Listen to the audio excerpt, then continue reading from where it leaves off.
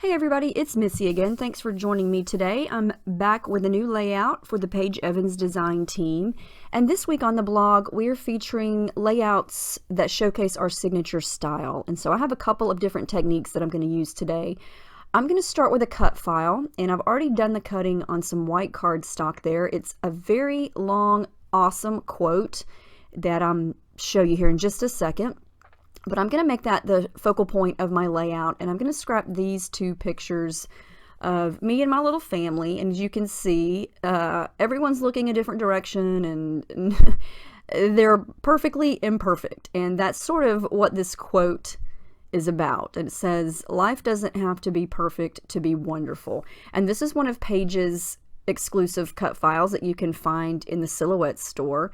And it's perfect for backing. If you like to use pattern paper to back open spots of cut files, then this is perfect. And so I kind of made some of the words smaller and then some of the words bigger, and I'm going to make that pretty much the design of my layout. And that's where I'm going to start. And the paper that I'm using here is from Turn the Page. It's paper 12, and I'm going to use a lot of it, but I'm also going to pull in some other things here.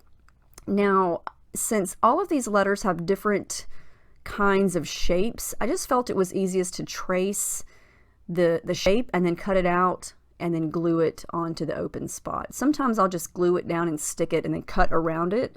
But these, you know, the nature of this cut file, the words are kind of thin, and I didn't want to have to cut in and around all of those little areas. So I just traced and cut and glued. And, you know, this kind of takes me back to kindergarten, just cutting and gluing, and it's fun. It does take a little bit of time, but it's always worth it. I think it is always worth it to do a cut file like this, because you get a chance to use a lot of color, you get a chance to use a lot of patterns in small doses. You know, if you were to use this entire paper as a background, it would be very, very busy. But when you make it smaller like this, you still can get the full effect of all of those colors and patterns without it being too busy. So through the magic of editing, I got all of those letters done. I also pulled out a couple of sheets from the 6x6 paper pad. Now my background paper is from the Take Me Away collection, and I got that from the 12x12 paper pad. And I like the fact that it's got a lot of white area on it, and then the top block is yellow, and it's going to really play off some of the yellows that I've got going on in the words. Now, another one of my favorite things, what I would call one of my signature style techniques, is definitely mixed media. So I love using gesso, I love using watercolors and paints and gelatos and things like that. And so definitely I'm going to do that on this page. So I'm using white gesso here, and that's a palette knife. I just did a lot of smudging. I also use my fingers to kind of smudge it around. And you can see how it kind of whites out some of the color and the stripes on the bottom area. It just toughens up the paper as well. It sort of acts as a barrier between the liquid and the paint and the paper. So I'm doing here a technique that I do quite frequently, and that's use some plastic packaging to smush down the color. I just spray it onto the plastic, turn it over, smush it down, and then sometimes in this case I'm adding a little bit of water. I'm mixing and matching colors here. I've got some pinks, some corals with some red tones in it. And it's going to look like a hot mess, I'm not going to lie. Part of this process when you're making a background like this is it's going to look like a little kid basically just spilled a bunch of paint on your paper. But when you start to add all of your die cuts and your pictures and everything back on top of it, it totally changes the look of it. And so that's what's going to happen with this layout. So it kind of has to get messy and, you know, what the heck am I doing before it looks good, if that makes sense. So now I'm adding in some yellow, and I'm using a napkin just to kind of dab up some of the wetness, because I wound up using a lot more liquid than I thought I was going to, but I wanted it to, you know, show through the open spots of the letters and around the words and around the pictures. I'm adding in some aqua, and I'm just going to keep working on it here. I'm taking the nozzle out and adding some splatters. I just want it to look messy and artsy and, you know, really colorful. I'm using my three favorite colors, which are pink, aqua, and yellow. And I printed my colors in black and white because I knew right away that I was going to use a ton of different colors and patterns, and I didn't want the colors in the pictures to compete with that. And so making your pictures black and white sort of takes out that whole issue, because everything goes with black and white. And it also makes them striking, I think. It makes them pop off the page, and it makes the bright colors around the black and white pictures pop, so everything pops without being too busy. Because sometimes if your pictures are in color and you're using a lot of color and a lot of patterns, your pictures kind of get lost. And if you're scrapbooking photos, that should be your main objective, is to showcase your pictures. And well, I don't want to say that has to be, but that's my objective. I always want the pictures to be, obvious and visible. And so I think doing this sort of makes them stand out. And I love this look. Now, if I'm going to line up these words, I want to make sure they're straight. And even in the end, the word doesn't still winds up looking kind of crooked. But you know what? It's okay, because look at the title of this. It doesn't have to be perfect to be wonderful. It's definitely not perfect.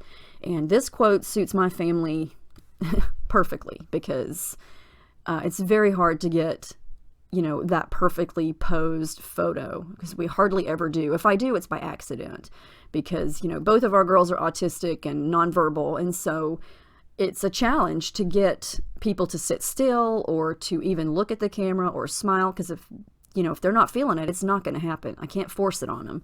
I'm just showing you that I did some stitching here. I got all of the words glued down, and I just used some white thread and did a straight stitch through each word. So everything is officially stuck there. And now I'm going to go and start to work on some backing with tissue paper behind the pictures, just to give them a little bit of a subtle background border without being, too busy. I didn't want to use any more pattern paper because I've got enough of that already. But this just sort of gives it a messy little look around the edges. And I thought about making the pictures kind of crooked like that, but then I thought, no, everything else is perfectly straight, so try to make those perfectly straight. And I'm going to overlap the words "to be" on top of the pictures there. But yeah, what I was saying is it's very hard to get everybody looking at the same time, and so I've just come to embrace the imperfect, action shots. And I mean, she's looking this way, she's looking down, and that's just the way it is, and that's okay. It doesn't have to be perfect. That's just who they are, it's who we are, and that's how it is. And so, if everybody's looking a different direction, so be it. Now, that's a little scalloped piece that I just cut out. That is from an Oh My Heart paper, and that is from paper number 17. I just wanted to pop a hot pink down there at the bottom, and so that little scallop piece was perfect for that. So always look at your pattern papers, because there's always something that you can cut out to use. You don't have to use pattern papers as they are. You can cut them up, you can punch them, you can die cut them, you can do whatever you want. There are no rules in scrapbooking. And so if you see something that you feel that you want to cut out, then by all means do it, because I love to fussy cut. And, you would never know that little border piece was on a 12 by 12 scrapbooking page. So if you want to cut it out, then you should do it. Thread, that's another one of my signature things. I don't even know why I did not invent that. I just decided to add some thread one day, and I loved how it looked, and so I do it pretty much on every layout now. I don't even know why, other than I just like it. And so that's aqua thread that I used on both sides of the pictures. And again, I'm trying to make sure everything's lined up as good as it can be, since there are the horizontal lines in the background and the words are straight. I'm trying to make everything straight. And it's very hard to make everything perfectly straight, which is usually why I make things crooked on purpose. But in this case, it was kind of a play on the title, because it's saying, life doesn't have to be perfect. But here I am trying to make everything perfectly straight. And a B is crooked. I do fix that. Look at B. Oh, 2B. It's driving me crazy. I didn't notice it right away. Of course, it dried, but I was able to peel it off, and I made it straight. And doesn't, up at the top, is kind of going downhill. But you know what? It is what it is. That's stitched down. I can't do anything about it. So now I'm going to embellish with a couple of small things. I've got some chipboard here. That is from Oh My Heart, and the 2 yellow flowers. And I'm just thumbing through all different kinds of things. This is the sticker book. This is one of the newest things that have come out. This is Paige's 30-page sticker book. There's over 1,000 stickers in there, and there's a ton of pretty much everything. I'm going to use some hearts, and these are just little paper stickers, and I'm going to stick those around. I didn't want to do too much on top of the words because they're so pretty as they are, but I did want to jazz them up just a little bit with little hints of something, and so I thought hearts were a good fit.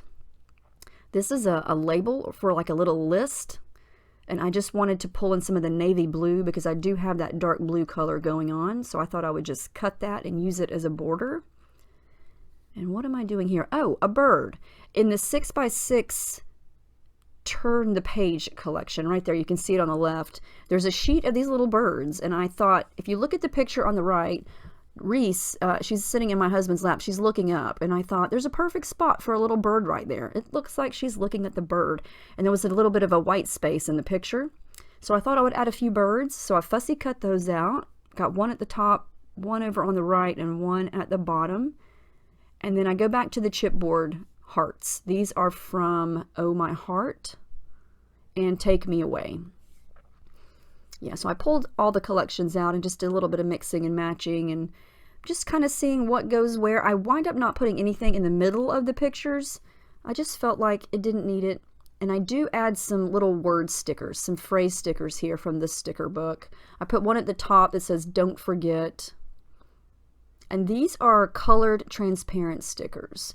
That one says, "Make today amazing." So they're colored, but you can still see through them. And I thought they were the perfect size to kind of put in between each word here. Good things are coming, I think that one says.